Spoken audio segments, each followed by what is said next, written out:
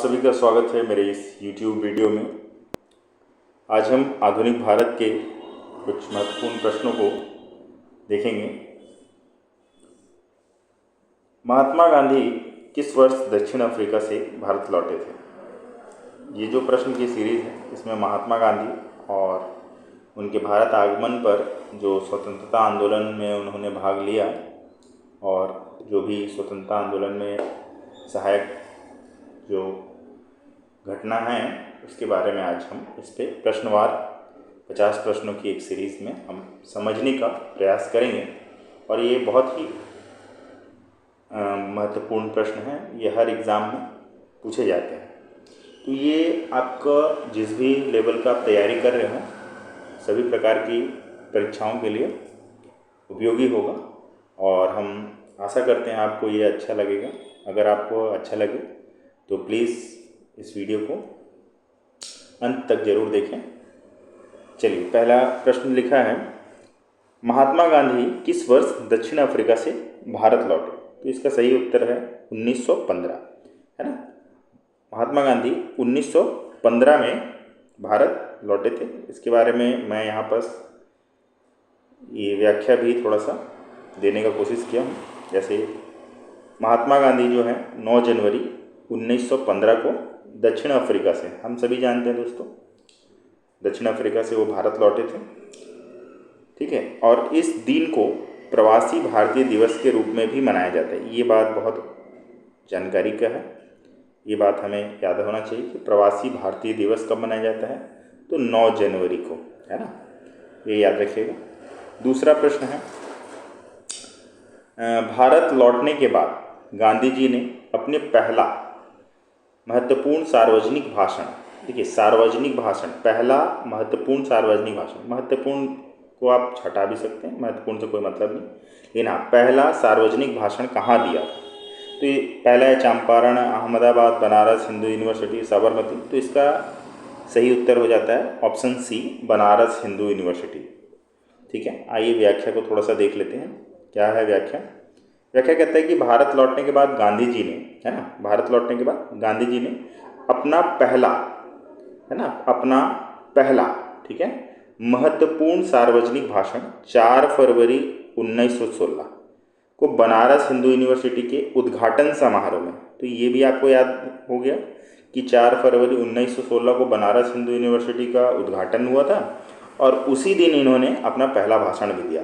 इस भाषण में उन्होंने भारत की गरीबी और ब्रिटिश राज की आलोचना की थी, है ना। तो यह जो भाषण था किससे संबंधित है, कल को ये प्रश्न आ सकता है। तो गरीबी और ब्रिटिश राज की आलोचना, उस टाइम भारत में क्या था, लोगों का शोषण हो रहा था। तो लोगों को शोषण हो रहा था मतलब क्या हो रहा था, लोग आर्थिक रूप से शोषण हो रहा था, लोग गरीब थे और ब्रिटिश राज तो चल ही रहा था। तो ये चीज़ कभी आप भूल नहीं सकते, गरीबी और ब्रिटिश राज। चलिए आइए देखिए, प्रश्न तीसरा है, निम्नलिखित में से कौन सा गांधी जी का भारत में पहला सत्याग्रह आंदोलन था? देखिए, पहला सत्याग्रह आंदोलन बहुत इंपॉर्टेंट हो जाता है। कुछ भी चीज़ अगर पहला और अंतिम है तो बहुत इंपॉर्टेंट हो जाता है, ये आपको बताने की जरूरत नहीं है, आप सभी समझदार हैं। तो गांधी जी का भारत में पहला सत्याग्रह आंदोलन क्या था? तो आप सभी को पता होगा, है ना। पहला सही उत्तर हो जाएगा आपका चंपारण सत्याग्रह, है ना। आइए देख लेते हैं उत्तर क्या है। चंपारण सत्याग्रह आपका सही उत्तर हो जाएगा। आप सभी को पता होना चाहिए कि चंपारण सत्याग्रह से ही महात्मा गांधी ने राजनीतिक, बोल सकते हैं राजनीतिक जो भी है परिदृश्य में उन्होंने भाग लेना शुरू किया। तो 1900 बात आता है कि 1915 में जब वो भारत आए तो 1916 में उन्होंने कुछ नहीं किया क्या, जो सीधा 17 से स्टार्ट किए उन्होंने 1917 में, है ना, चंपारण का सत्याग्रह किए। तो 1916 में वो साल भर क्या कर रहे थे? तो साल भर वो देश के विभिन्न हिस्सों में जाकर वहाँ की समस्याओं को सुन रहे थे और उन्हें उनका समाधान करने के तरीके ढूंढ रहे थे।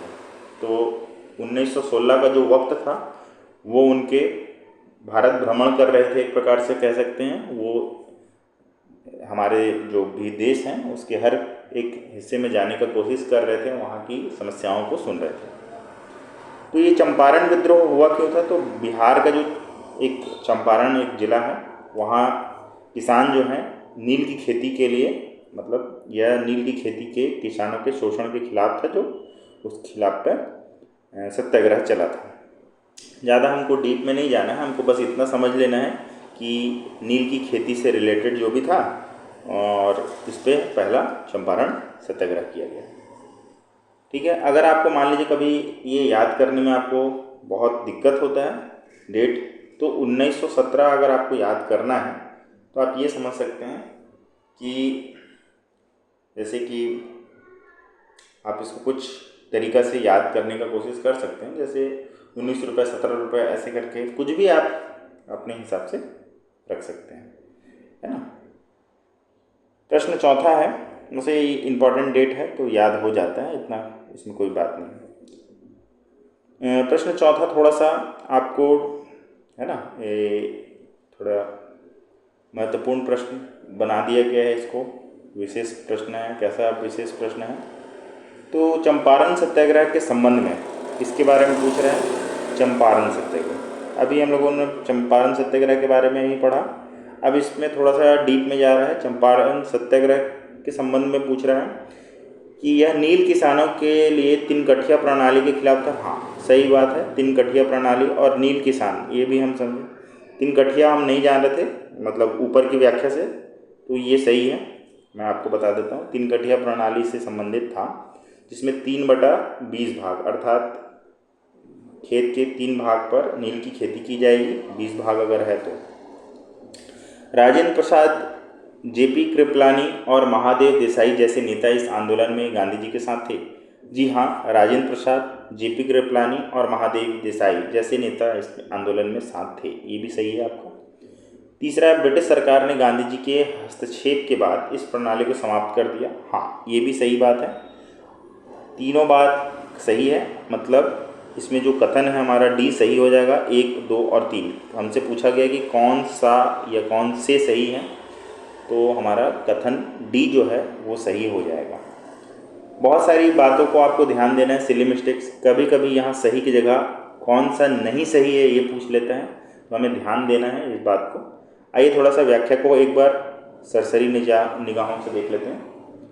लिखा है व्याख्या में, चंपारण सत्याग्रह नील किसानों पर लागू थी, तीन कठिया प्रणाली के खिलाफ था, जिसमें किसानों को अपनी भूमि के 3/20वें हिस्से पर नील की खेती करनी पड़ती थी। राजेंद्र प्रसाद, जेपी कृपलानी और महादेवी देसाई, नरहरि पारिख जैसे कई स्थानीय नेता गांधी जी के साथ थे। इस आंदोलन के परिणाम स्वरूप ब्रिटिश सरकार ने इस प्रणाली को समाप्त कर दिया और किसानों को मुआवजा दिया।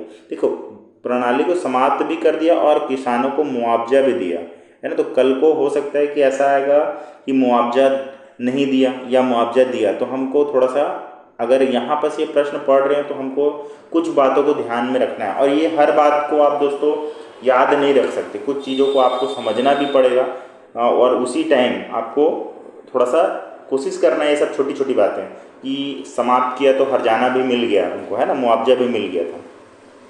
और जैसे कि यहाँ पर ये बड़े बड़े जो नेता का नाम लिया गया, तो स्थानीय बोल रहा है, देखिए स्थानीय, है ना, कोई बाहर से नहीं आए थे, स्थानीय है। स्थानीय का मतलब वहीं रहने वाले लोग थे। तो आपको ये चीज़ भी समझना पड़ेगा। कोई कल को ये बना सकते हैं कि महाराष्ट्र से कोई आए एक नेता, है ना, जैसे जेपी कृपलानी साहब महाराष्ट्र से आए, ऐसा कुछ नया बना सकता है कल को, तो कंफ्यूज करने के लिए। बाकी ऐसे जनरली हमको ये चीज़, कुछ की पॉइंट्स को हमको एकदम आधार समझना चाहिए कि इसके बिना क्वेश्चन को हम अगर समझ रहे हैं तो हमारे लिए क्वेश्चन सिर्फ पढ़ने के लायक ही है, और उसको हम सिर्फ ज़्यादा देर तक समझ नहीं सकते। तो ये हमारा ये हो गया, स्थानीय नेता थे। ठीक है, हर क्वेश्चन में तो नहीं कर सकते, लेकिन हाँ कुछ कुछ चीज़ों में हम इसको देख सकते हैं। 5वां प्रश्न है, अहमदाबाद मील हड़ताल, है ना, 1918। देखिए इसमें सन पहले से दे दिया, 1918 मुख्य रूप से किस मुद्दे से संबंधित है। देखिए अहमदाबाद का जो मील हड़ताल है, तो क्या था भैया, इसमें भूमि कर में वृद्धि थी, या प्लेग बोनस की मांग थी, मजदूरों की छटनी थी, या मजदूरों की खराब कामकाजी परिस्थितियाँ थी। तो इसमें जो उत्तर है आपका प्लेग बोनस की मांग थी, है ना। ये जो 5वां क्वेश्चन का जो उत्तर होगा ये प्लेग बोनस की मांग थी। आइए देखते हैं इसको, थोड़ा सा व्याख्या पढ़ लेते हैं, ज़्यादा नहीं है। बोला जा रहा है व्याख्या में, अहमदाबाद मील हड़ताल 1918 में हुई थी। हाँ ठीक है, ऊपर में क्वेश्चन में भी दिया था। यह मुख्य रूप से प्लेग बोनस को लेकर हुआ था। ये क्या हुआ था? मुख्य रूप से प्लेग बोनस को लेकर थी, जिसकी मांग मिल मजदूर कर रहे थे। गांधी जी ने मजदूरों के समर्थन में भूख हड़ताल की थी, जो भारत की उनकी पहली भूख हड़ताल भी थी। देखिए, भारत की उनकी पहली भूख हड़ताल, तो थोड़ा सा ये इंपॉर्टेंट हो जाता है, पहला है इस वजह से ये थोड़ा इंपॉर्टेंट हो जाएगा, है ना। पहली भूख हड़ताल है, और इसमें वैसे तो याद करने की बात नहीं है, लेकिन हाँ बता देता हूँ मैं आपको कि 50% जो मजदूर थे वो 50% बढ़ोतरी की मांग कर रहे थे, लेकिन गांधी जी के बाद जो जो गांधी जी आए, इसमें आंदोलन किए, उसके बाद 35% पे मिल मालिक जो हैं वो मान गए और ये मामला सुलझ गया, है ना। आइए प्रश्न 6वां देखते हैं, खेड़ा सत्याग्रह। तो खेड़ा सत्याग्रह जो है आपका, खेड़ा सत्याग्रह में बोल रहा है 1918 का मुख्य कारण क्या था? तो इसमें मिल मालिकों द्वारा श्रमिकों का शोषण, अभी देखिए हम लोगों ने मिल मालिक के लिए तो था ही, देख लिए, है ना। ये मिल मालिक वाला क्या है देख लेते हैं, आइए देखते हैं। दूसरा, अकाल के कारण फसल खराब होने पर बावजूद भूमि राजस्व की वसूली, दमनकारी वन कानूनों का विरोध, नमक कर में वृद्धि। इसमें दोस्तों अकाल के कारण फसल खराब होने के बावजूद भूमि राजस्व में वसूली, ये इसका मुख्य कारण है खेड़ा सत्याग्रह का, है ना। आइए देख लेते हैं, खेड़ा क्या है? गुजरात में एक जगह है ना। आइए देखते हैं व्याख्या इसका। खेड़ा सत्याग्रह 1918 में गुजरात के खेड़ा जिले में हुआ था, ठीक है। यह अकाल के कारण, देखिए आपको बहुत चीज़ें आपको स्पष्ट रखना होगा, अकाल के कारण हुआ था। कोई ऐसा विशेष कारण अगर कुछ पूछे तो है वो अकाल। फसल खराब हो गया था, हाँ ठीक है, फसल खराब हो गया है के बावजूद ब्रिटिश सरकार द्वारा भू राजस्व, है ना, वसूली के खिलाफ किसानों का आंदोलन था, ठीक है। किसानों का आंदोलन था, ये आपसे पूछ सकता है कि किसका आंदोलन था? तो किसानों का आंदोलन था। गांधी जी ने किसानों को राजस्व का भुगतान न करने की सलाह दी। तो यहाँ पर ये भी प्रश्न आ सकता है कि गांधी जी ने क्या कहा था? गांधी जी ने कहा था कि किसानों को कि आप राजस्व का भुगतान न करें, यदि कुर्की जब्ती भी, कुर्की जब्ती मतलब अगर आपके सामानों को जब्त भी किया जाता है, उस टाइम किसानों के पास संपत्ति के रूप में क्या रहता था? तो उनके पशु रहते थे, है ना, पशुधन वगैरह रहते थे, बैलगाड़ी रहता था, तो उन्हें वो जब्त कर लेते थे। तो गांधी जी ने कहा था कि अगर वे जब्त करते हैं तो इन्हें जब्त करने दो, आप बस एक चीज़ करिए, आप राजस्व का भुगतान नहीं करेंगे, फिर ये भी मामला निपट जाता है ना। आइए प्रश्न 7 को देखते हैं। प्रश्न 7 में क्या बोल रहा है? गांधी जी ने किस अधिनियम को काला कानून कहा था? देखिए, गांधी जी ने किस नियम को काला कानून कहा था? बहुत इंपॉर्टेंट हो जाता है, बहुत इंपॉर्टेंट। काला कानून, है ना। काला कानून क्या था? तो इसमें ना अपील, न वकील, न अपील, न दलील, ये 3 वाक्य था, जिसमें किसी भी व्यक्ति को गिरफ्तार कर लिया जाता था और लंबे समय तक, है ना, उन्हें बंदी बनाकर न्यायालय में पेश नहीं किया जाता था, और ये जब तक उसकी मन चाहे तब तक वो रख सकता था इस नियम के तहत। तो ये कब आया था? तो भारतीय परिषद अधिनियम 1909, नहीं ये नहीं है। रॉलेट एक्ट अधिनियम 1919, और सी है भारत सरकार अधिनियम 1919, और सार्वजनिक सुरक्षा विधेयक 1928। तो इसका सही जवाब हो जाता है दोस्तों रॉलेट अधिनियम। रॉलेट अधिनियम के माध्यम से क्या हुआ था? प्रथम विश्व युद्ध हुआ, उसके बाद भारतीय क्या किए थे? प्रथम विश्व युद्ध में अंग्रेज़ों के साथ दिए थे। उनका मानना था, ये था कि अगर हम प्रथम विश्व युद्ध में ब्रिटिश का साथ देते हैं, मतलब अंग्रेज़ों का साथ देते हैं, तो कल को हमारे लिए फ़ायदा होगा, ब्रिटिश सरकार हमारे लिए कुछ अच्छा कार्य करेगी। पर इसका उल्टा हुआ, उन्होंने एक रॉलेट अधिनियम पारित किया और चीज़ें अस्पष्ट हो गई और लोगों के बीच आक्रोश आ गया था। आइए देखते हैं इसके बाद क्या है, थोड़ा सा व्याख्या। गांधी जी ने रॉलेट अधिनियम 1919 का काला कानून कहा था। इस अधिनियम ने सरकार को बिना किसी मुकदमे के व्यक्ति को गिरफ्तार करने और अनिश्चित काल तक हिरासत रखने की शक्ति दी थी। व्यक्ति को गिरफ्तार करने और अनिश्चित काल, ये बहुत इंपॉर्टेंट हो जाता है, अनिश्चित काल तक, है ना, जो भारतीयों के नागरिक अधिकारों का उल्लंघन था, ठीक है। तो मैं आपको कुछ विशेष पॉइंट कुछ बोलकर बता चुका हूँ और कुछ लिखा हुआ है। ज़्यादा जो बहुत अति महत्वपूर्ण जो बातें हैं वो आपको इसमें लिखित रूप में है, और कुछ विशेष बातें जो छूट गया है या जो सिर्फ जानकारी के लिए है, मैं आपको बताते चल रहा हूँ। आइए बात करते हैं प्रश्न 8 की। तो प्रश्न 8 में आप देखिए, जलियांवाला बाग नरसंहार किस घटना के विरोध में हुआ था। तो किस घटना के विरोध में हुआ था, तो ये जस्ट इसके बाद की घटना है।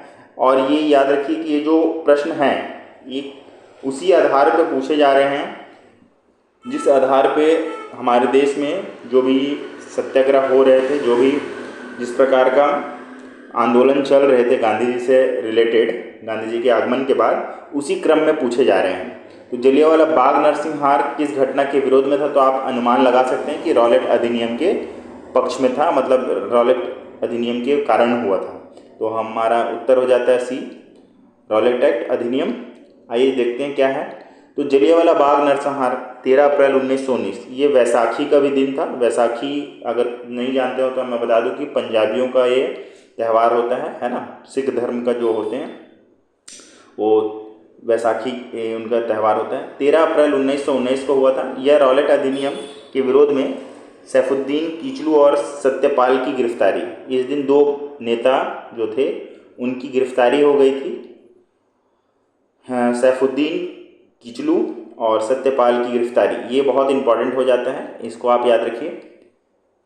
इनके खिलाफ एक शांतिपूर्ण बैठक हुई थी। कहाँ? जलियांवाला बाग में। ये एक बाग था, बाग मतलब तो आप सभी जान रहे हैं, बगीचा है ना।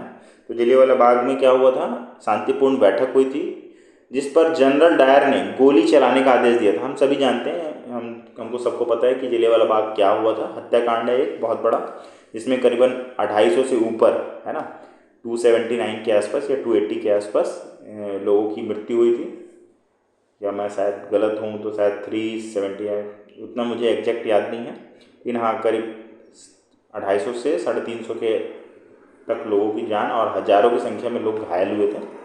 तो वो इम्पोर्टेंट नहीं है ज़्यादा कितने लोग थे, बट हाँ ये आपको याद रखना है कि जनरल डायर ने गोली मारकर, है ना, गोली चलाने का आदेश दिया था। और दूसरा सैफुद्दीन किचलू और सत्यपाल की गिरफ्तारी, ये दो मेन रीज़न है जलियांवाला बाग में। और थोड़ा सा अगर आप डेट को देखें तो 1919 है ना, 1919 ये बहुत अच्छा डेट है, ये याद रखिएगा। आइए देखते हैं प्रश्न 9 क्या बोला जा रहा है। खिलाफत आंदोलन। तो खिलाफत आंदोलन का मुख्य उद्देश्य क्या था? खिलाफत आंदोलन भारत में मुस्लिम अधिकारों की रक्षा करना। ए। बी बोलता है तुर्की के खिलाफा के पद को बहाल करना। सी ब्रिटिश सरकार के खिलाफ विद्रोह करना। हिंदू मुस्लिम एकता को बढ़ावा देना। देखिए बहुत अच्छा लगेगा आपको ये जानकर कि उस टाइम, है ना, मुस्लिम और हिंदू दोनों मिलकर लड़ाई कर रहे थे, और इसका सही उत्तर जो हो जाता है वो हो जाता है बी। बी क्यों सही उत्तर है? इसमें तुर्की के खिलाफा के पद को बहाल करने के लिए खिलाफत आंदोलन को भारत के हिंदुओं के द्वारा भी सहयोग किया गया था। क्यों किया गया था? इसके पीछे कुछ हमारा स्वार्थ भी निहित था। आइए देखते हैं। खिलाफत आंदोलन 1919 से 1924 का मुख्य उद्देश्य तुर्की के खिलाफा, है ना, इस्लामी दुनिया के आध्यात्मिक नेता, खिलाफा एक पद होता है इस्लामी दुनिया में, उसके आध्यात्मिक नेता जो थे ये पद को बहाल करना और उनके साथ हुए अपमानजनक व्यवहार का विरोध करना था।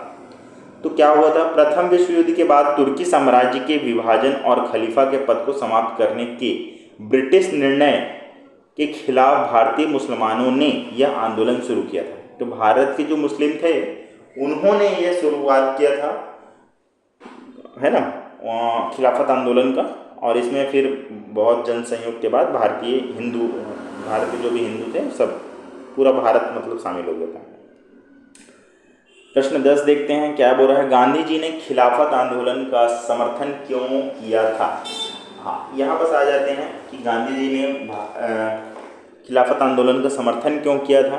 तो पहला बोल रहा है कि मुसलमानों को भारतीय राष्ट्रीय आंदोलन में शामिल करने के लिए, देखिए पहला क्या बोल रहा है, मुसलमानों को भारतीय आंदोलन में शामिल करने के लिए। दूसरा बोल रहा है कि तुर्की के लोगों के प्रति सहानुभूति के कारण।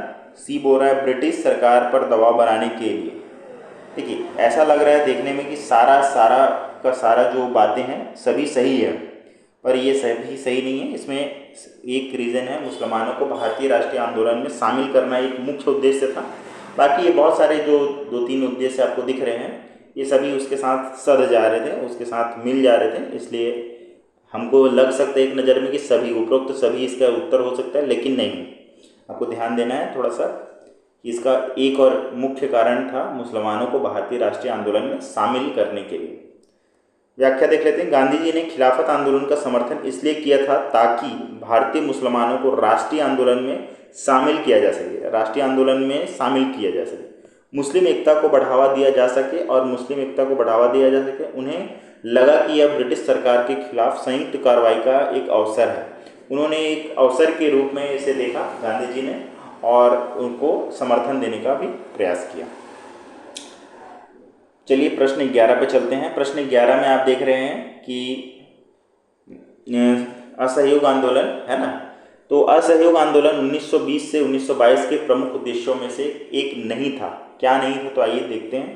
पहला बोला जलियांवाला बाग नरसंहार के लिए न्याय। देखिए असहयोग आंदोलन इसी के वजह से ही हुआ था, है ना, तो ये तो पूरा सही है, गलत नहीं है। नहीं था पूछ रहा है आपसे, नहीं मतलब गलत बोल रहा है कि वो कारण नहीं था, ये कारण तो था भाई, ये तो सही नहीं है। दूसरा है खिलाफत मुद्दे का समाधान, है ना, खिलाफत के मुद्दे का समाधान। देखिए ये भी सही है, खिलाफत का मुद्दे, क्योंकि खिलाफत वाला को जोड़ लिया गया था, तो बी भी सही है। पूर्ण स्वराज की प्राप्ति, देखिए ये बात गलत है, क्योंकि पूर्ण स्वराज की बात अगर बात करें तो ये 1929 का बात है। ये 1929 में कांग्रेस के लाहौर अधिवेशन में ये बात रखी गई थी सामने कि हमें पूर्ण स्वराज की, है ना, मांग की गई थी। तो ये आपका जो है ये पॉइंट इसमें नहीं है। इसमें अगर आप देखें तो खाली अगर फैक्ट पे ना जाएं और सिर्फ भावनाओं पे जाएं तो आपको ये चारों में से आप किसी को भी सही मान सकते हैं, है ना, या मतलब गलत, सभी को गलत कर देंगे, क्योंकि हमको सही से अगर ना पता हो पीछे का बैकग्राउंड कि 1929 में पूर्ण स्वराज की प्राप्ति के लिए एक बहाल किया गया था, है ना, मांग की गई थी। इस वजह से ये जो आपका सही उत्तर जो होता है वो सी हो जाएगा। स्वदेशी और बहिष्कार का प्रचार, ये तो हुआ ही था, इसके माध्यम से यही सबसे बड़ा रीज़न ये भी हुआ था कि स्वदेशी और बहिष्कार किया गया था, है ना, स्वदेशी मतलब स्वदेशी किया गया, वस्तुओं का उपभोग किया गया, और विदेशी वस्तुओं का बहिष्कार किया गया। आइए देखते हैं इसको, थोड़ा सा व्याख्या को पढ़ लेते हैं क्या लिखा है। असहयोग आंदोलन के मुख्य उद्देश्य जलियांवाला बाग नरसंहार के लिए न्याय, खिलाफत मुद्दे का समाधान और स्वराज, ब्रिटिश साम्राज्य के भीतर, है ना, स्वशासन की प्राप्ति थे। पूर्ण स्वराज की मांग 1929 के लाहौर अधिवेशन में की गई थी, तो ये बात आपको याद रखना है, लाहौर अधिवेशन में किया गया था। ठीक है, चलिए आइए 12वां नंबर प्रश्न में चलते हैं। 12वां जो प्रश्न है आपसे पूछा जा रहा है कि निम्नलिखित में से किस घटना के कारण गांधी जी ने असहयोग आंदोलन को स्थगित कर दिया। देखिए असहयोग आंदोलन, अभी आपने देखा कि असहयोग आंदोलन शुरू हुआ है और असहयोग आंदोलन अब स्थगित कर दिया गया, तो कौन सा वो क्या बोलते हैं कारण था, उस कारण को समझेंगे। देखिए जलियांवाला बाग नरसंहार, अरे भाई इसी के वजह से अभी हुआ था, तो ये वजह नहीं हो सकता। दूसरा है चौरा चौरी कांड। देखिए कांड, देखिए आप सोच सकते हैं कांड, ये संकेत दे रहा है कि ये उत्तर हो सकता है। नमक सत्याग्रह, पता नहीं, अभी हमको कुछ पता नहीं है। साइमन कमीशन का आगमन, तो इसका सही उत्तर क्या है, चौरा चौरी कांड। ठीक है, कांड से आप याद रख सकते हैं कि गांधी कांड किए और गांधी जी ने स्थगित कर दिया, कांड हुआ भाई, तो चौरा चौरी कांड। तो बहुत अच्छा हिंट है ये इस क्वेश्चन में, और आपको कभी भी भूलने नहीं देगा ये क्वेश्चन, है ना। तो आप कभी भी कंफ्यूज होते हैं तो याद रखिएगा कांड हुआ था एक ठो, और एक कांड के बाद गांधी जी ने, चौरा चौरी कांड होने के बाद असहयोग आंदोलन का। हाँ, कभी कभी उल्टा प्रश्न आ जाता है, चौरा चौरी कांड की वजह से गांधी जी ने कौन सा आंदोलन को स्थगित कर दिया, तो वहाँ पर 2-3 आंदोलन के नाम लिखे होंगे, तो आपको उस टाइम देखना असहयोग, है ना, कांड कर दिया तो लोग, देखो भाई आप घर में जो कुछ कांड कर देते हो तो आपका लोग क्या करते हैं, असहयोग करते हैं, कोई सहयोग नहीं करता आपको, तो इससे आप याद रख सकते हो कि असहयोग, है ना। आप अगर कोई कांड कर दोगे, है ना, आजकल का क्या कांड क्या है, अगर आप जिस उम्र में हो, अभी आप एग्ज़ाम की तैयारी कर रहे हो, तो आप एक ही कांड कर सकते हो, है ना, आप समझदार हो, है ना, तो एक ही कांड हो सकता है और घर वाले आपका सपोर्ट नहीं करेंगे, तो वही याद रखना कि असहयोग करेंगे, तो उससे आप याद कर सकते हो, कभी नहीं भूलोगे। चलो भाई, चलिए पढ़ लेते हैं थोड़ा सा व्याख्या क्या लिखा है। 5 फरवरी 1922 को चौरा चौरी कांड की घटना के कारण गांधी जी ने असहयोग आंदोलन को स्थगित कर दिया। इस घटना के प्रदर्शनकारियों ने भीड़ ने एक पुलिस थाने में आग लगा दी थी। करीबन 28 से 29 पुलिस पुलिसकर्मी शायद मारे गए थे, जिसमें कुछ पुलिसकर्मी मारे गए और गांधी जी ने हिंसा को अपने अहिंसक आंदोलन के सिद्धांतों के खिलाफ माना। और क्योंकि गांधी जी अहिंसा के खिलाफ थे, है ना, मतलब हिंसा के खिलाफ थे, अहिंसा का तो पालक थे ही हो, तो उन्होंने सोचा कि मेरा जो उद्देश्य है वो पूरा नहीं हो पा रहा है, इस वजह से उन्होंने ये आंदोलन को वापस ले लिया। आगे बढ़ते हैं प्रश्न 13 पे। प्रश्न 13 सविनय अवज्ञा आंदोलन के बारे में है। आइए देखते हैं सविनय अवज्ञा आंदोलन क्या है। तो देखिए, सविनय अवज्ञा आंदोलन, दांडी मार्च, नमक कानून, ये तीनों आप समझ सकते हैं एक ही है। दांडी मार्च का संबंध, सविनय अवज्ञा आंदोलन का संबंध और नमक कानून का संबंध, ये तीनों संबंध आप एक साथ ही है। तो इसका सही उत्तर हो जाता है दांडी मार्च। आइए देख लेते हैं। प्रश्न का उत्तर है सी। सविनय अवज्ञा आंदोलन की शुरुआत 12 मार्च 1930 को दांडी मार्च से हुई थी। दांडी एक जगह का नाम है ना। गांधी जी ने साबरमती आश्रम से दांडी तक, है ना, आश्रम से, कहाँ से, साबरमती आश्रम से दांडी तक, ये बहुत इंपॉर्टेंट हो जाता है कि उन्होंने कहाँ कहाँ से स्टार्ट किया था, मतलब कहाँ से दांडी मार्च शुरू किया। तो साबरमती आश्रम से, है ना, साबरमती आश्रम से दांडी तक उन्होंने नमक कानून तोड़ने के लिए मार्च किया था और पैदल मार्च किया था, है ना। इसमें लाखों लोग जुड़ गए थे इनके साथ वहाँ तक पहुँचते पहुँचते। तो कब पहुँचा था ये सब बातें, है ना, ये याद रखने की ज़्यादा ज़रूरत नहीं है, बट आप ये समझ सकते हैं कि 12 मार्च 1930, या सबसे ज़्यादा इम्पोर्टेंट है 1930 का बात। ये 1930 की ये जो घटना है सविनय अवज्ञा आंदोलन, इसे आप समझ सकते हैं। आइए देखते हैं प्रश्न 14, गांधी इरविन समझौता। गांधी इरविन समझौता क्या है? तो आइए गांधी इरविन समझौता के बारे में देखते हैं। तो ये 1931 में हुआ था दोस्तों, है ना, इसके जस्ट बाद हुआ गांधी इरविन समझौता। आइए देख लेते हैं थोड़ा सा व्याख्या। गांधी इरविन समझौता 5 मार्च 1931 को महात्मा गांधी और भारत के तत्कालीन वायसराय लॉर्ड इरविन के बीच हुए। देखिए, गांधी इरविन समझौता, नाम से ही समझ में आ रहा है इरविन। तो इरविन क्या होगा? लॉर्ड होगा कुछ, वैसे तो लॉर्ड बोलना नहीं चाहिए लोगों। तो कहने का मतलब है कि वायसराय था वो, है ना, इरविन के बीच ये हुआ, समझौता हुआ। और परिणाम क्या हुआ कि कांग्रेस ने दूसरे गोलमेज सम्मेलन में भाग लेने पर सहमति भी व्यक्त की। कांग्रेस पहला गोलमेज सम्मेलन का विरोध करता है, दूसरे में भाग लेता है और तीसरे में भी भाग नहीं लेता है। केवल एक व्यक्ति थे भारत के, है ना, जो इस आंदोलन में गोलमेज सम्मेलन में भाग लिए थे, वे थे भीमराव अंबेडकर, जो तीनों सम्मेलन गोलमेज सम्मेलन का लंदन में जो हुआ था उसमें भाग लिया था। तो आइए प्रश्न 15 नंबर पढ़ते हैं, क्या है 15 में थोड़ा सा कॉम्प्लिकेट करने की कोशिश किया गया है। गांधी इरविन समझौता के तहत, गांधी इरविन समझौता अभी हम लोगों ने देखा, निम्नलिखित में से कौन सी मांगे कांग्रेस ने रखी? कांग्रेस ने क्या क्या मांगे रखी, आइए देखते हैं। सविनय अवज्ञा आंदोलन को स्थगित करना, है ना, आइए देखते हैं क्या है। तो जी हाँ, सविनय अवज्ञा आंदोलन को स्थगित कर दिया गया, ये तो सही है। राजनीतिक कैदियों की रिहाई, हाँ ये भी सही है। जिन पर हिंसा का आरोप नहीं था, हाँ ये भी सही है, ये भी सही है। नमक बनाने की अनुमति देना, हाँ ये भी सही है, दांडी मार्च हुआ ही था। पूर्ण स्वराज की मांग को स्वीकार करना, देखो पूर्ण स्वराज की मांग नहीं स्वीकार हुआ, अभी तक नहीं हुआ था, है ना, तो ये गलत है पूर्ण स्वराज की। तो इसका उत्तर हो जाता है ए, सही उत्तर हो जाता है ए। आइए आगे बढ़ते हैं, व्याख्या देख लेते हैं। गांधी इरविन समझौते के तहत कांग्रेस ने सविनय अवज्ञा आंदोलन को स्थगित करने, उन राजनीतिक कैदियों की रिहाई की मांग की जिन पर हिंसा का आरोप नहीं था, और भारतीयों को नमक बनाने की अनुमति देने की मांग की। पूर्ण स्वराज की मांग इस समझौते का हिस्सा नहीं था, ठीक है, ये बात आपको याद रखना, पूर्ण स्वराज इसमें नहीं था। प्रश्न 16 पे चलते हैं। गांधी जी ने किस गोलमेज सम्मेलन में भाग लिया था? तो मैं आपको पहले भी बता चुका हूँ, पहले में कांग्रेस ने ही पूरा विरोध किया, दूसरे में गांधी जी भाग लिए और तीसरे में भाग नहीं लिए। इसका उत्तर सही हो जाता है बी। गांधी जी ने केवल, देखिए बात है केवल दूसरे गोलमेज सम्मेलन में जो 1931 में दिसंबर में हुआ था, यह गांधी इरविन समझौता के बाद हुआ था, है ना, तो ये आपका सही उत्तर आपका बी हो जाता है। प्रश्न 17, आइए प्रश्न 17 में देखते हैं। पूना समझौता क्या है, जिसको पूना पैक्ट भी कहा जाता है, बहुत इंपॉर्टेंट हो जाता है। पूना समझौता क्या है? तो आइए इसे देखते हैं, ये कब हुआ था? तो ये 1932 में हुआ था। भाई 1931 के बाद 1932, आपको ये समझना होगा कि क्रमवार हम चल रहे हैं। तो 1932 में हुआ था पूना पैक्ट। क्या था इसमें, पूना समझौता क्या था? तो पूना समझौता 24 सितंबर 1932 को महात्मा गांधी और B.R. अम्बेडकर, दो बहुत बड़े नाम हैं, है ना, महात्मा गांधी और B.R. अम्बेडकर के बीच हुआ था।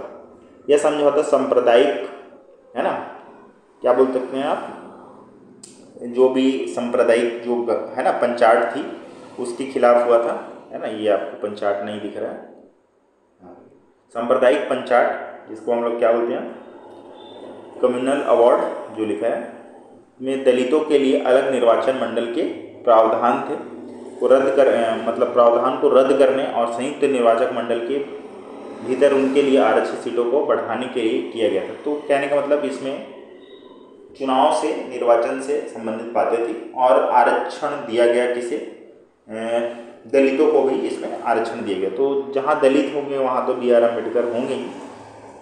तो आप ऐसे समझ सकते हो, है ना, कि पूना पैक्ट में महात्मा गांधी और अम्बेडकर दोनों के बीच समझौता होता है। किस चीज़ को लेकर होता है? तो निर्वाचन से लेकर संबंधित, दलितों के निर्वाचन से संबंधित। चलिए आगे बढ़ते हैं 18 नंबर पर। पूना समझौता का मुख्य मुद्दा क्या था? अभी हम लोगों ने पढ़ा भी, दलितों के लिए अलग निर्वाचक मंडल की मांग की थी, है ना। पूना समझौता का मुख्य उद्देश्य दलितों के लिए अलग निर्वाचक मंडल था, जिसका प्रावधान ब्रिटिश प्रधानमंत्री, देखिए ब्रिटिश प्रधानमंत्री रैमसे मैकडोनाल्ड ने सांप्रदायिक पंचायत में किया था। गांधी जी ने इसके विरोध में आमरण अनशन किया था। देखिए आमरण अनशन भी कर दिया था गांधी जी ने इसके विरोध में। चलो ठीक है, आमरण अनशन हुआ तो हुआ, एक्ट तो पारित हो ही गया था, मतलब पास हो गया। आगे बढ़ते हैं। दूसरा 19वां है व्यक्तिगत सत्याग्रह, इंडिविजुअल सत्याग्रह किस वर्ष शुरू हुआ? देखिए अब व्यक्तिगत सत्याग्रह ये कब हुआ? तो ये 1940 में हुआ। क्या था आइए जान लेते हैं। व्यक्तिगत सत्याग्रह अक्टूबर 1940 में शुरू हुआ। इसका उद्देश्य ब्रिटिश सरकार की युद्ध नीतियों के खिलाफ अहिंसक विरोध दर्ज करना था। तो युद्ध नीति जो भी था ब्रिटिश सरकार की, उसके प्रति अहिंसक विरोध दर्ज करना था, क्योंकि वे भारतीयों को द्वितीय विश्व युद्ध में उनकी सहमति के बिना शामिल कर रहे थे। भारत के लोग द्वितीय विश्व युद्ध में भाग नहीं लेना चाहते थे। पहले में तो भाग लिया, लेकिन द्वितीय विश्व युद्ध में भाग लेना नहीं चाहते थे। तो ये हो गया। आइए प्रश्न नंबर 20 पे चलते हैं, चर्चा करते हैं। व्यक्तिगत सत्याग्रह के पहले सत्याग्रही कौन थे? सबसे पहले जो व्यक्तिगत सत्याग्रह हुआ उसमें कौन थे? तो इसमें सबसे बड़ा नाम आ जाता है आचार्य विनोबा भावे। आपको याद होना चाहिए, आचार्य विनोबा भावे जो थे उन्होंने व्यक्तिगत सत्याग्रह किया सर्वप्रथम। तो व्यक्तिगत सत्याग्रह के पहले सत्याग्रही आचार्य विनोबा भावे थे, जिन्होंने 17 अक्टूबर 1940 को गिरफ्तार किया गया। और दूसरी सत्याग्रही जवाहरलाल नेहरू थे। तो दूसरे को तो उतना कोई ज़्यादा याद नहीं रखता, लेकिन हाँ ये पूछा जा सकता है कि जवाहरलाल नेहरू भी, है ना, क्या इससे संबंधित थे व्यक्तिगत सत्याग्रह से? तो हमको लग सकता है कि नहीं थे, क्योंकि सत्याग्रही जो थे वो अधिकतर हम नाम सुनते हैं तो खतरनाक नाम होते हैं, है ना, जिनमें बहुत भारी भरकम नाम होते हैं। जिसमें हम जवाहरलाल नेहरू को देख रहे हैं, तो थोड़ा सा जवाहरलाल नेहरू संकोच हो सकता है आपको, तो ये याद रखना कि जवाहरलाल नेहरू भी थे इसमें। आइए प्रश्न 21 पे चलते हैं। क्रिप्स, है ना, मिशन भारत कब आया था? तो ये जो क्रिप्स मिशन है आगे चलकर इस पे बहस होगा, आगे हम पढ़ देंगे। तो अभी के लिए फ़िलहाल क्रिप्स मिशन कब आता है? तो ये 1942 पे आता है। और ये क्या लेके आता है अपने साथ? तो आइए देखते हैं, थोड़ा सा इसको पढ़ लेते हैं। व्याख्या क्या था? तो इसमें व्याख्या में आप देखिए, क्रिप्स मिशन जब आया 1942 में, तो इसका उद्देश्य द्वितीय विश्व युद्ध में भारत का समर्थन प्राप्त करना था। कुछ संवैधानिक प्रस्ताव पेश किया गया करना था और किया भी गए थे। आइए देखते हैं उसके बारे में कुछ होगा। गांधी जी ने क्रिप्स मिशन के प्रस्तावों को क्या कहा था? आइए देखते हैं गांधी जी ने क्रिप्स मिशन के प्रस्तावों को क्या कहा था। एक दिवालिया बैंक का पोस्ट डेटेड चेक, उन्होंने ये कहा था कि आपने जो दिया है उसका कोई मतलब नहीं है ना, क्योंकि आपको हमको तुरंत चाहिए, हमको आप पूर्ण स्वराज दे दें, हम पे शासन ना करें, पूर्ण स्वतंत्रता चाहिए था और वो बात उसमें नहीं था। इस वजह से क्रिप्स मिशन को हम नहीं मानते हैं, मतलब उस टाइम नहीं माने, और गांधी जी ने उसका एक दिवालिया बैंक का पोस्ट डेटेड चेक कहा। तो कभी हो सकता है कि ये आ जाए कि इस मिशन के विरुद्ध कहा गया था, तो ये इस मिशन में कहा गया था, क्योंकि वे भविष्य में स्वतंत्रता का स्पष्ट वादा कर रहे थे और तत्काल सत्ता हस्तांतरण की बात नहीं कर रहे थे, तो तब ये इस वजह से ये सब बातें हुई। आइए प्रश्न 23 को देखते हैं क्या कह रहा है। भारत छोड़ो आंदोलन है ना, क्वाइट इंडिया मूवमेंट बहुत इंपॉर्टेंट हो जाता है। किस वर्ष शुरू हुआ? तो 1942। इसका उत्तर क्या हो जाएगा? 1942 में भारत छोड़ो आंदोलन शुरू किया गया। कब हुआ? तो 8 अगस्त 1942 को। बहुत अच्छा डेट है, 8 अगस्त 8/8, और ये मेरा बर्थडे भी है। तो भारतीय कांग्रेस कमेटी अधिवेशन में शुरू हुआ था। गांधी जी ने करो या मरो का नारा भी इसमें दिया पहली बार, तो ये बहुत इंपॉर्टेंट है। डू एंड डाई का इन्होंने नारा दिया, करो और मरो, भारत छोड़ो आंदोलन। तो याद रखना है आपको, भारत किसने दिया? तो गांधी जी ने दिया। भारत छोड़ो आंदोलन के दौरान गांधी जी ने कौन सा प्रसिद्ध नारा दिया था? तो अभी देखें हम लोगों ने, करो या मरो, सी। इसका उत्तर सी हो जाएगा। भारत छोड़ो आंदोलन किसने दिया? तो गांधी जी ने दिया। ठीक है, आइए आगे बढ़ते हैं, प्रश्न नंबर 26 पे चलते हैं। प्रश्न नंबर भारत छोड़ो आंदोलन 25 नहीं हुआ ना, हाँ 25 पे चलते हैं। पहले 25 में क्या बोल रहा है? भारत छोड़ो आंदोलन को किस ऑपरेशन के तहत दबाया गया? Operation zero hour, operation blue star, operation Vijay, operation Shakti. देखिए वो ये है, तो भारत छोड़ो आंदोलन को किस ऑपरेशन के तहत दबाया गया था? तो इसमें हो जाएगा ऑपरेशन जीरो आवर, आपका उत्तर हो जाएगा। इसमें क्या था जो ऑपरेशन जीरो आवर? तो आइए देख लेते हैं। भारत छोड़ो आंदोलन के नेताओं को गिरफ्तार करने के लिए ब्रिटिश सरकार ने ऑपरेशन जीरो आवर शुरू किया था। गांधी जी और अन्य प्रमुख नेताओं को 9 अगस्त 1942 को ही गिरफ्तार कर लिया गया। फिर भी ये इतना ज़्यादा प्रचलित हो गया कि लोग सब बिना, है ना, कोई केंद्रीय नेतृत्व के भी भारत छोड़ो आंदोलन सफल होने लगा। आइए बात करते हैं प्रश्न नंबर 26 पे। तो राजगोपालचारी सूत्र, सीआर फॉर्मूला है ना, राजगोपालचारी सूत्र किस वर्ष प्रस्तावित किया गया? तो राजगोपालचारी सूत्र क्या है, कब पारित किया गया? तो 1944 में ये आया, है ना। इसका उत्तर हो जाएगा सी। राजगोपालचारी सूत्र क्या था? तो हम जानते हैं कि सी राजगोपालचारी द्वारा प्रस्तावित किया गया था। सी राजगोपालचारी को हम कौन नहीं जानता है ना। इसका उद्देश्य क्या था? तो मुस्लिम लीग और भारतीय राष्ट्रीय कांग्रेस के बीच गतिरोध को हल करना और भारत की स्वतंत्रता के लिए सहयोग को बढ़ावा देना था। तो सी राजगोपालचारी ने एक सीआर फॉर्मूला दिया, इसको याद रखना हम लोग को। कब दिया? तो 1944 में दिया। आइए क्वेश्चन नंबर 27 में चलते हैं। वेवेल योजना ये कब आया, है ना, किस वर्ष प्रस्तुत किया गया? तो ये 1945 में वेवेल योजना आया। 1945 में क्या हुआ? वेवेल योजना आया। वेवेल योजना जून 1945 में वायसराय लॉर्ड वेवेल ने किया द्वारा प्रस्तुत की गई। इसका उद्देश्य भारत के लिए एक नई कार्यकारी परिषद का गठन करना था, जिसमें ब्रिटिश सरकार और भारतीय राजनीतिक दलों के प्रतिनिधि शामिल थे, है ना। ब्रिटिश सरकार भी थे और भारतीय राजनीतिक दलों के प्रतिनिधि भी शामिल थे इसमें। तो ये हो गया। और बात करते हैं प्रश्न नंबर 28 की। तो कैबिनेट मिशन योजना कब आया? ये आया 1946 को कैबिनेट मिशन आया। इसमें क्या था? तो कैबिनेट मिशन योजना में 1946 को भारत आई थी। इस मिशन में Lord Pethick Lawrence, sir Stafford crisp और एवी अलेक्जेंडर शामिल थे। इसका उद्देश्य भारत को सत्ता हस्तांतरण के लिए एक योजना बनाना था। आपको कैबिनेट मिशन के तीनों नाम याद रखने होंगे, Lord Pethick Lawrence, sir Stafford crisp और एवी अलेक्जेंडर। तीनों नाम बहुत इंपॉर्टेंट है, लॉरेंस, क्रिप्स और अलेक्जेंडर। तीनों नाम बहुत इंपॉर्टेंट है, आपको ये याद रखना है। कैबिनेट मिशन में इन्होंने भाग लिया, मतलब इनके द्वारा लाया गया था, है ना। कैबिनेट मिशन को कब लाया गया? 1946 में। ये भी इम्पोर्टेंट हो जाता है। 1946 में कैबिनेट मिशन को लाने वाले लॉरेंस, है ना, स्टैफर्ड क्रिस्प और अलेक्जेंडर शामिल थे।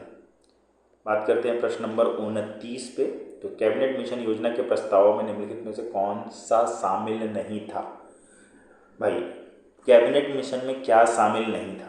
पहला देखते हैं, भारत के लिए एक संघीय ढांचा, ठीक है, ये सही है। एक संविधान सभा का गठन, ये भी सही है। प्रांतों को 3 समूहों में विभाजित करना, ये भी बात सही है। कौन सा शामिल नहीं था? तो पाकिस्तान के लिए एक अलग राज्य का निर्माण, हाँ ये बात शामिल नहीं था, पाकिस्तान के लिए अलग राज्य का निर्माण। तो हमारा उत्तर जो हो जाता है डी, है ना। कैबिनेट मिशन योजना, मतलब ये सभी उत्तर नहीं है ना हमारा, मतलब हमारा जो उत्तर है, क्योंकि शामिल नहीं पूछ रहा था इसलिए हमको ये हमारा उत्तर है डी। कैबिनेट मिशन योजना ने पाकिस्तान के लिए एक अलग राज्य के निर्माण के विचार को अस्वीकार कर दिया था। इसने भारत के लिए एक संघीय ढांचा, एक संविधान सभा का गठन और प्रांतों को 3 समूह, हिंदू बहुल, मुस्लिम बहुल उत्तर पश्चिम और मुस्लिम बहुल उत्तर पूर्वी, उत्तर पश्चिम और उत्तर पूर्वी में विभाजन करने का प्रस्ताव रखा था, है ना। तो आप आज देख ही रहे हैं उत्तर पश्चिम और उत्तर पूर्व में क्या स्थिति है। उत्तर पश्चिम पाकिस्तान बन गया, उत्तर पूर्व बांग्लादेश बन गया, है ना।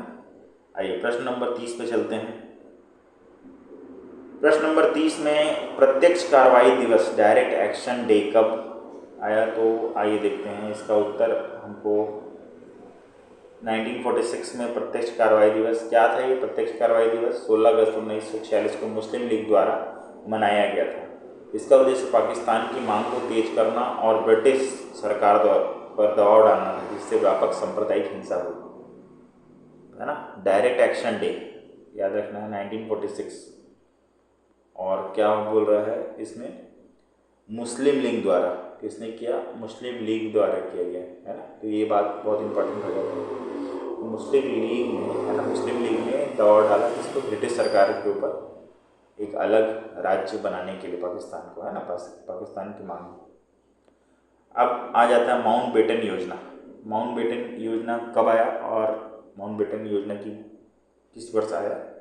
तो ये है 1947, 1947 में माउंटबेटन योजना आता है।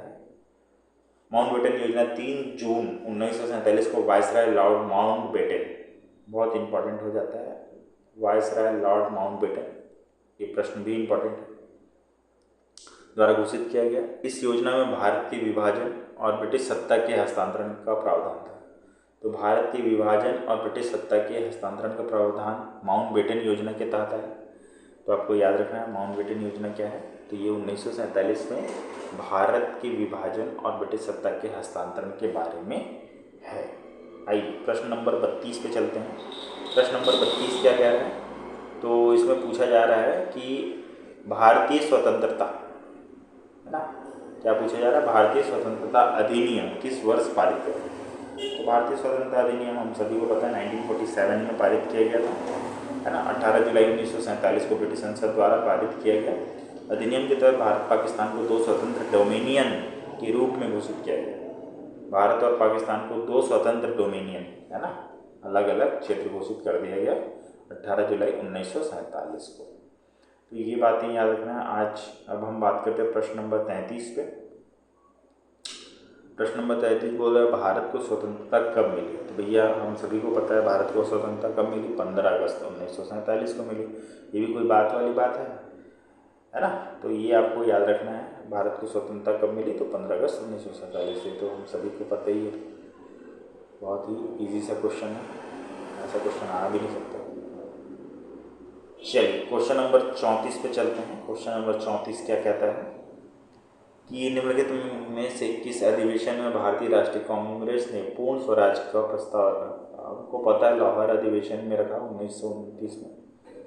चलिए बी सही है हमारा, है ना। अच्छा, इसमें भारतीय राष्ट्रीय कांग्रेस लाहौर अधिवेशन में जवाहरलाल नेहरू की अध्यक्षता में पूर्ण स्वराज की मांग, तो ये बहुत इंपॉर्टेंट हो जाता है। जवाहरलाल नेहरू, है ना, उनकी अध्यक्षता में अगर कोई मांग कर रहा है तो ये बहुत इंपॉर्टेंट हो जाता है। देश के प्रथम प्रधानमंत्री भी थे भाई, तो बहुत इंपॉर्टेंट है। गांधी जी ने अपना आत्मकथा मेरे सत्य के प्रयोग मूल रूप से किस भाषा में लिखी है ना। तो प्रश्न नंबर 35 जो है वो किससे है? गांधी जी से संबंधित है। गांधी जी का आत्मकथा है, यहाँ पर दो प्रश्न मिल जा रहा है। एक गांधी जी का आत्मकथा है मेरे सत्य के प्रयोग, है ना, माई एक्सपेरिमेंट विथ ट्रूथ, मूल रूप से किस भाषा में लिखे गए? तो भैया हिंदी है, अंग्रेजी है, गुजराती, मराठी है। आप सभी को लग रहा होगा हिंदी नहीं, बट उन्होंने मूल रूप से गुजराती में लिखा है ना। गांधी जी ने अपनी आत्मकथा मेरे सत्य का प्रयोग मूल रूप से गुजराती भाषा में लिखा था। ठीक है, हिंदी नहीं था, गुजराती था। आप सभी को ध्यान रखना होगा। गांधी जी के राजनीतिक गुरु कौन थे? अरे गोपाल कृष्ण गोखले थे। इसके लिए ऑप्शन ज़्यादा देखने की जरूरत नहीं, हमें याद है ना। गांधी जी ने अपने दक्षिण अफ्रीका प्रवास से लौटने के बाद गोपाल कृष्ण गोखले को अपना राजनीतिक गुरु माना। गोपाल गोखले ने उन्हें भारत की ज़मीनी हकीकत को समझने की सलाह दी थी। तो 1916 के वक्त जो घूम रहे थे वो इनकी सलाह पे है। आइए प्रश्न नंबर 37 लिखते हैं। गांधी जी ने किस समाचार पत्र का संपादन किया? बहुत अच्छा, बहुत इम्पोर्टेंट। आइए जानते हैं गांधी जी ने किस संपादन का, मतलब किस पत्र का संपादन किया। पहला है यंग इंडिया। देखो गांधी जी थोड़ा सा ये इस प्रति थे, यंग इंडिया, यंग वगैरह पे थे। हरिजन के प्रति भी उनका सहानुभूति भाव था। इंडियन ओपिनियन, ये भी सही है। केसरी में, ये केसरी इनका नहीं था, तो इस तरह उत्तर हो जाता है ए। गांधी जी ने यंग इंडिया, हरिजन और इंडिया ओपन, है ना, ओपिनियन, इंडियन ओपिनियन समाचार पत्रों का संपादन किया। केसरी बाल गंगाधर तिलक के द्वारा था। तो आप ये भी समझ सकते हैं बाल गंगाधर तिलक ने क्या कहा था कि स्वतंत्रता मेरा जन्मसिद्ध अधिकार है, मैं इसे पाकर रहूँगा।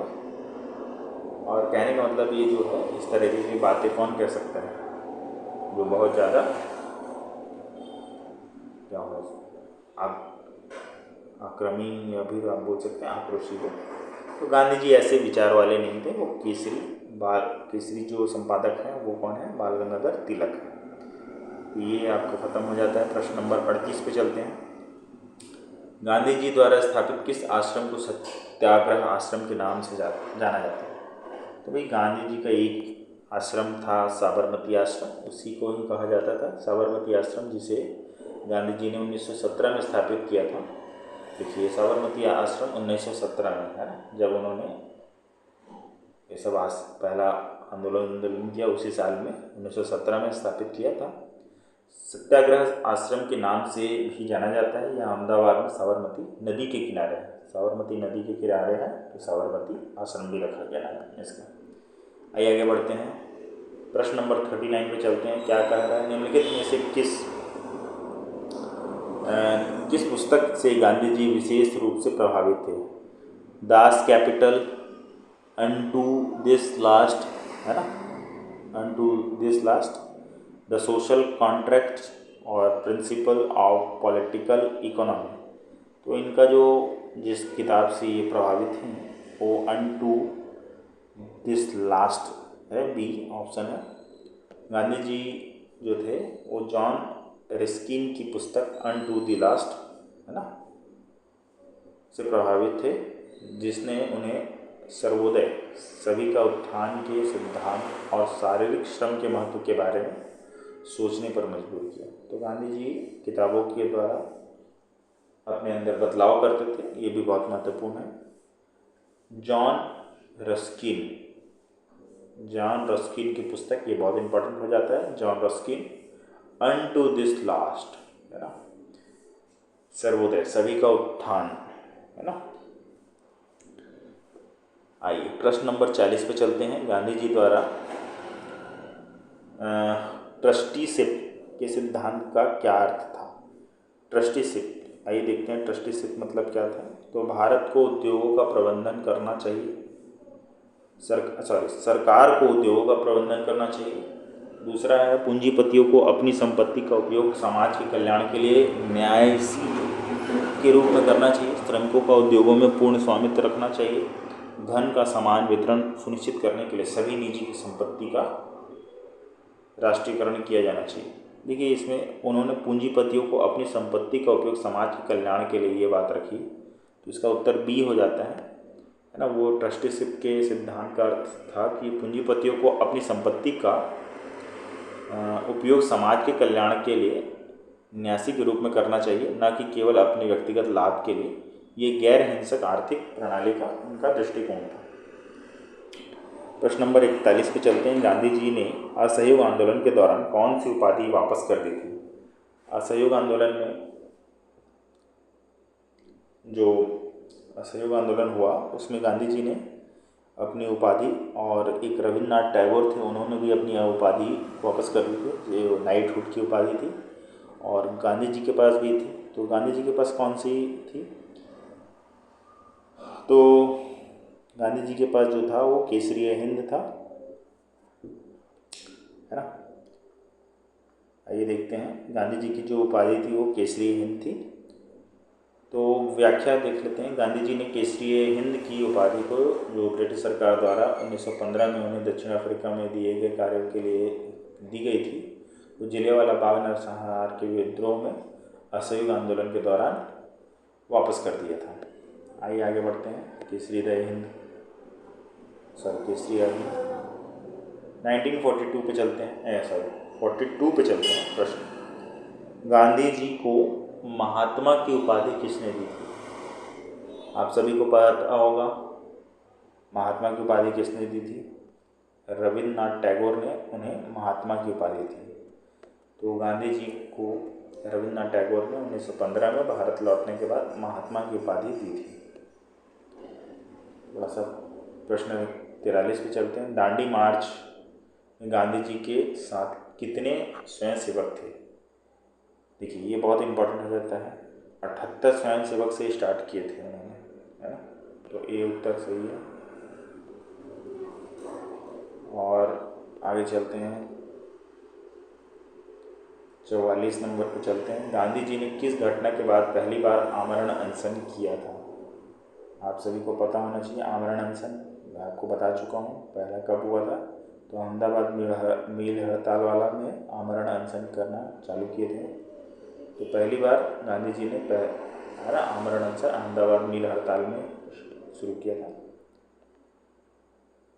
और प्रश्न 45 पे चलते हैं। तो प्रश्न 45 कहता है कि गांधी जी के अहिंसा के दर्शन को निम्नलिखित में से किस धार्मिक पुस्तक से प्रेरणा मिली? बाइबल से, कुरान से या भगवद गीता से? तो भगवद गीता से मिला, है ना। तो भगवद गीता से गांधी जी को ये मिला।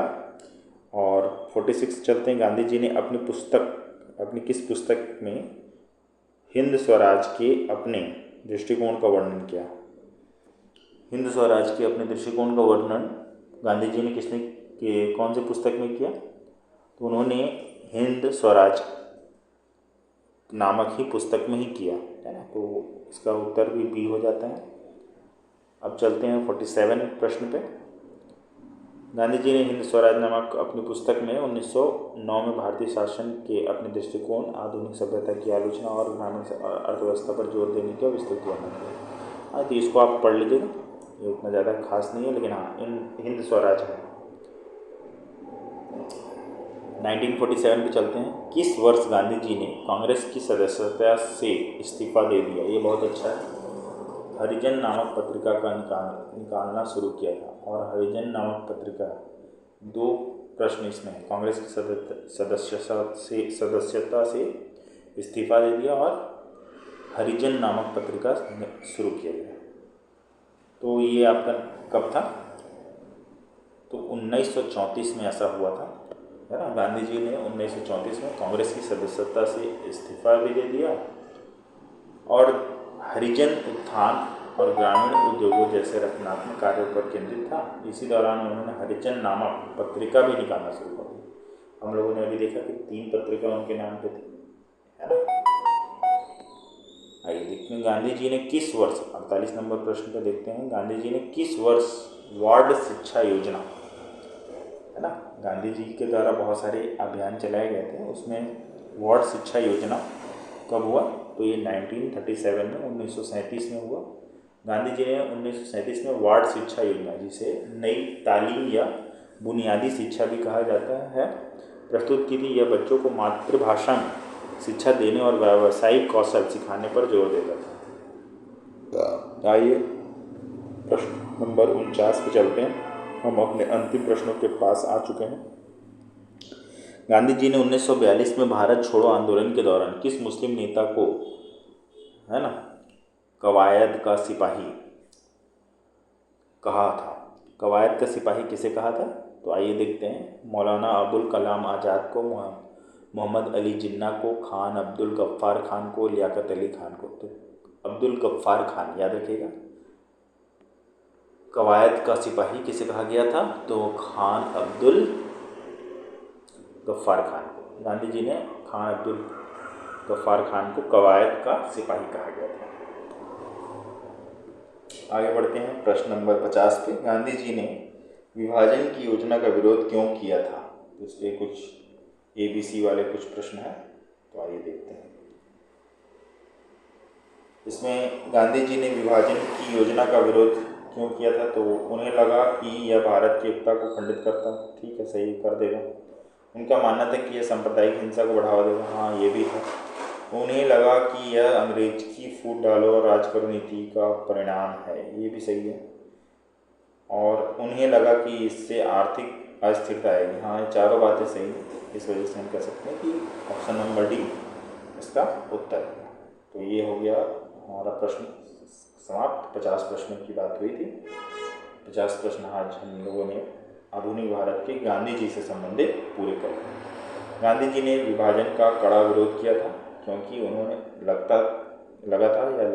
लगा कि यह भारत की सदियों पुरानी एकता को खंडित कर देगा और सांप्रदायिक हिंसा को बढ़ावा देगा।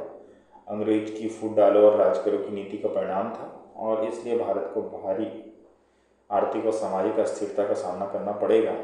ये सोचकर अविभाजन या भारत के प्रबल में समर्थक थे या भारत के विभाजन के खिलाफ थे। तो आज हम लोगों ने 50 प्रश्नों को पूरा किया। अगर आपने ये वीडियो पूरा देखा तो आपका बहुत बहुत धन्यवाद। मैं आगे और भी ऐसे 50 प्रश्नों का एक सेट लेके आऊँगा। इससे होगा क्या कि हम प्रश्नों के माध्यम से ज़्यादा याद रख पाते हैं चीज़ों को। और अगर हमें प्रश्न इस तरीके से मिले, लाइन बाय लाइन प्रश्न, ये जो आपके प्रश्न मैंने बनाए हैं, ये हर घटना के लाइन बाय लाइन शुरुआत से लेकर एक एक कड़ी जोड़ने का प्रयास किया हूँ। आशा करता हूँ आपको ये वीडियो पसंद आया होगा।